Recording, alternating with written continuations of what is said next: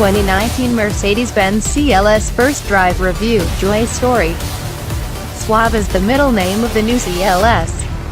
Painted an eye-catching shade of metallic red with a plush cream leather cabin, the sensational Mercedes Vision CLS concept car unveiled at the 2003 Frankfurt International Motor Show caused quite a stir. Apart from debuting the four-door coupe concept, the CLS scored points for Mercedes by promising that this gorgeous car would make it to production largely unaltered. Unsurprisingly, when the production car was shown at New York in 2004, prospective buyers signed up on the spot. Between 2004 and 2017, the first and second generation CLS sold over 375,000 copies, a big number for a niche market model.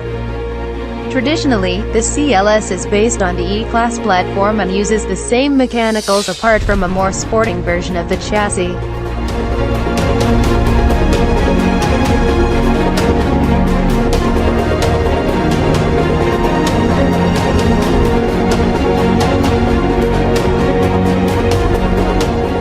However, things have been moving very rapidly at Mercedes in the last few years.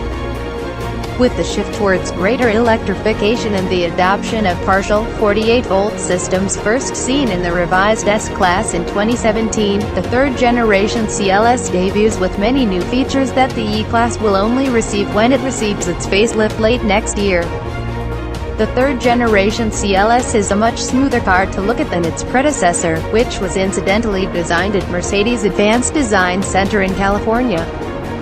The Gen 2 car had a lot more going on visually than the original from 2004, and was perhaps a bit too restless looking for some.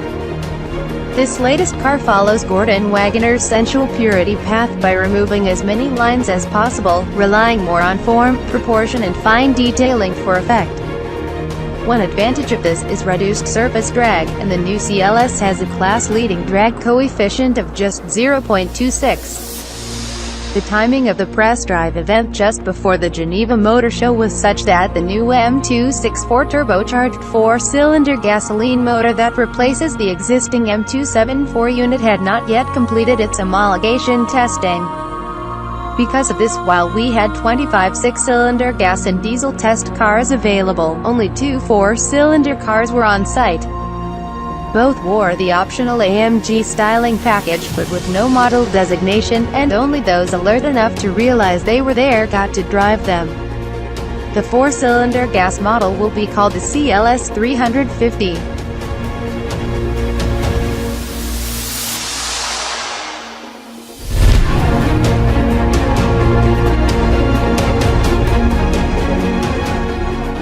Mercedes started to make reasonably lively four-cylinder gas engines when turbocharging replaced the rather asthmatic supercharged and naturally aspirated motors that had gone before. The latest 2.0-liter inline-4 motor is the most efficient Mercedes 4 yet, and is designed for a specific output upwards of 134 horsepower per liter, which equates to around 300 horsepower in the CLS 350. This new engine is part of Mercedes' downsizing and modular engine strategy, whereby the new turbocharged 3.0-liter inline-6 motor replaces the basic V8 and the E-Class and S-Class models, for instance. While the previous mid-range 3.0-liter V6 motors are replaced by the new turbocharged inline-4 engine. Where Mercedes' modular engine design was previously centered on V6 and V8 units that shared as many components as possible, the mantra is now centered on these i4 and i6 motors. Importantly, there is no power loss from the downsizing exercise, with the new Turbo 4 showing similar output to the V6 it replaces, while the new Turbo i6 has similar punch to the old V8. The second plus point is that both new engines show significant gains in fuel economy at the same time. The M264 engine uses variable timing on the intake camshaft, and its twin-scroll turbocharger with a fast-acting electric wastegate actuator to optimize both bottom-end torque and top-end power. On the i6 motor, the 48-volt starter alternator is integrated, while it is belt-driven on the i4 engine. This technology enhances step-off by adding a slug of additional electrically derived torque below 2,500 revolutions per minute. Apart from these efficiency advantages, the new i4 motor is also smoother and quieter. Specifics such as engine block insulation, quietening technology for the fuel injection hydraulics, and other sound insulation, go a long way towards making up for the loss of 2 cylinders. The 48-volt system also takes the sting out of a conventional 12-volt system when the fuel-saving stop-start system is engaged.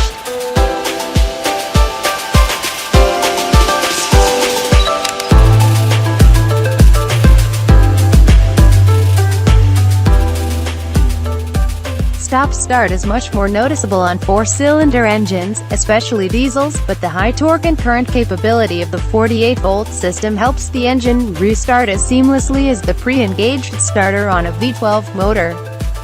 And if you are in fuel-saving mode, the eco of the stop-start system now cuts the engine even before the car comes to a complete halt. The engine's water pump is electrically driven by the 48-volt systems, which further reduces fuel-sapping mechanical drag. Using this 48-volt system offers many of the advantages of a hybrid, but without the weight and space penalties of lugging around 300 kilograms of batteries that encroach on trunk space. Homologated or not, the new 4-cylinder motor does what it says on the tin, and is relatively quiet and vibration-free at startup and idle. Like the 6-cylinder cars, the i4 is mated to Mercedes 9G-tronic automatic, which has a paddle shift override as standard. The engine is not 6-cylinder quiet on the move but comes pretty close. Under hard acceleration its voice just makes it to the cabin, and is the unique, slightly baritone Mercedes 4-cylinder note that distinguishes it from the equivalent Audi and BMW motors. Big pluses are the good performance and snappy throttle response that deliver the promised sporting character under full throttle. The closeness of the nice forward gear ratios help, but this is clearly an engine that likes life on the edge, and the rev counter needle eagerly flies round the dial when you launch the car from rest and keep the throttle nailed. In sport mode the transmission keeps everything nice and taut, and will drop 2 or even 3 gears if needed, to keep things on the boil. The counterpoint at cruise is that the soundproofing and taller gear ratios make for serene and restful progress, with mechanical noise imperceptible at 80 miles per hour on a light throttle. The acoustic comfort package with double-glazed side windows as fitted to all the test cars certainly helps too.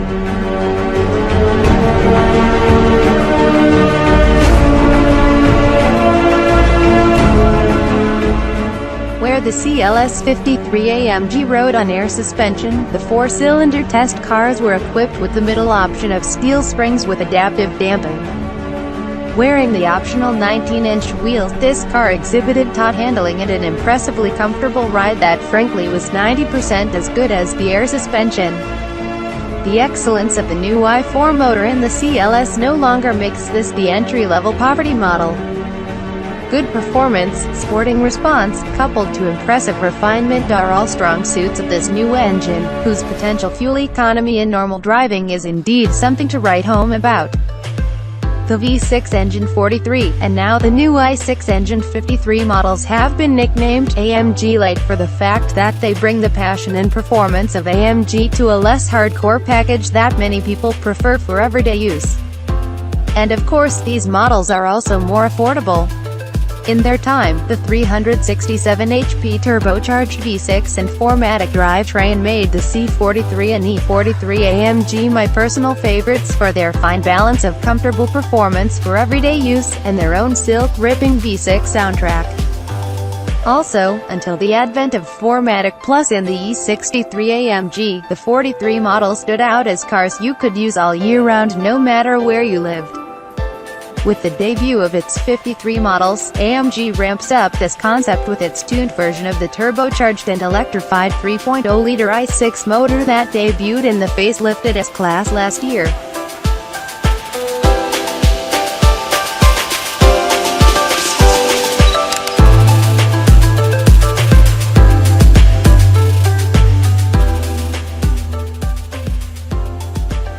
featuring 435 horsepower at 5,900 revolutions per minute, with 383 pound-feet of torque between 1,500 and 5,500 revolutions per minute. The M256i6 motor with EQ boost starter generator delivers an additional 22 horsepower and 184 pound-feet under full throttle acceleration.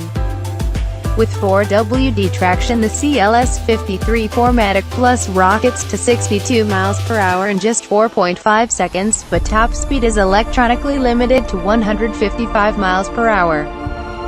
The up and down shift speeds of the AMG Speed Shift TCT9G transmission is as fast and smooth as it gets in a car of this class, and on the demanding twisty mountain roads that made up part of the test route near Barcelona, this car proved quite impressive. Toggling between Sport and Sport Plus modes on the dynamic selector, I quickly concluded that Sport Plus was too edgy for the road and is best left for the racetrack.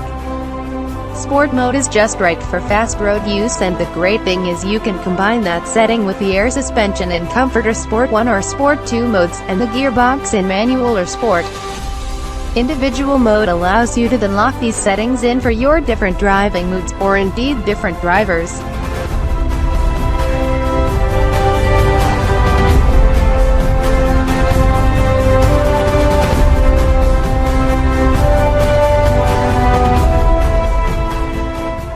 I thought this motor was very punchy and smooth when I drove the S500 last year, but the lower and lighter CLS makes even more of it. The lower coupe-style bodywork and seat position positively encourages you to try harder on a twisty road than you would in the equivalent E-Class. Where the normal 4MATIC system has a 45/55 power split on the CLS 450, the 4MATIC Plus system in the AMG car delivers an infinitely variable torque split. I was able to exploit this fully on some of the bends on the mountain route, exiting with power oversteer in the lower gears when there was no other traffic around. The multi-chamber air body control suspension is superb.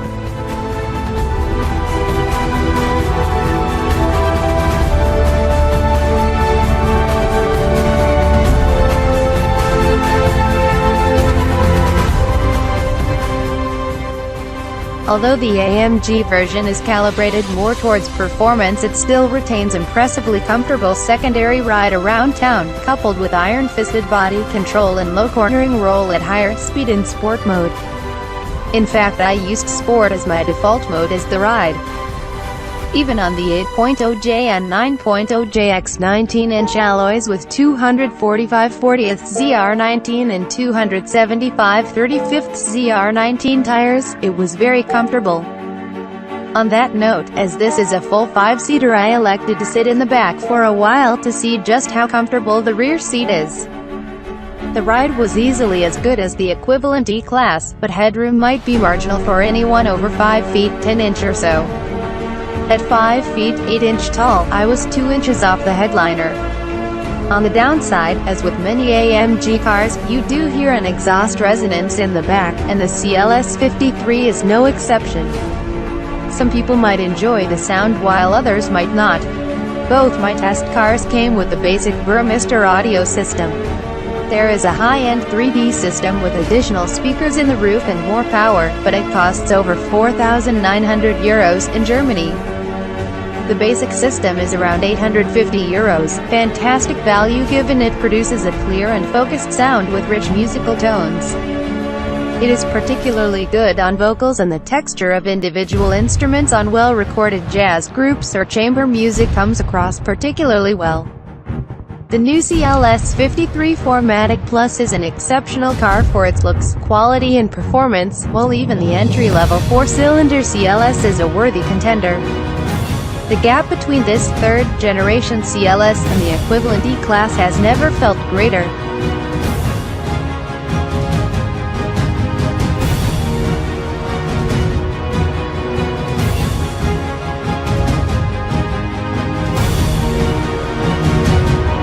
Thanks for watching. Please click subscribe for more story.